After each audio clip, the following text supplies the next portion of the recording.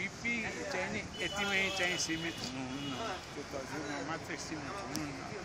उहाँको पर्सनालिटी धेरै धेरै माथि उठ्यो र विश्वमा नेपाली कसैको पनि पर्सनालिटी त्यति उठ्यो भने त्यो बिपी प्रकारको त्यति उठ्न सकेन। इन्टलेक्चुअलमा इन्टलेक्चुअल उहाँले एकपल्ट विदेशमा जाँदा इन्डियाका मानिसहरू, इन्डियाका पार्टीले चाहिँ नि हामीलाई पनि रिप्रेजेन्टेटिभ गरिदिनु छैन। त्यस्तो टावरिङ पर्सनालिटी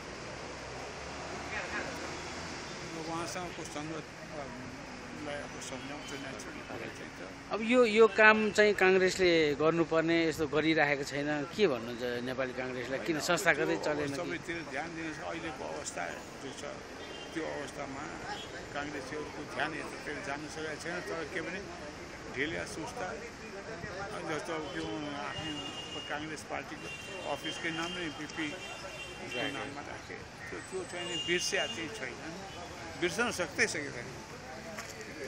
काङ्ग्रेस मात्रै होइन, एउटा फुटा हाल्दैन, एउटा फुटा काङ्ग्रेस मात्रै होइन, काङ्ग्रेस मात्रै होइन कि यो नेपालको स्वतन्त्रता र प्रजातन्त्र रहउन्जेलसम्म उहाँ त चिरस्मरणीय। हस्, धन्यवाद।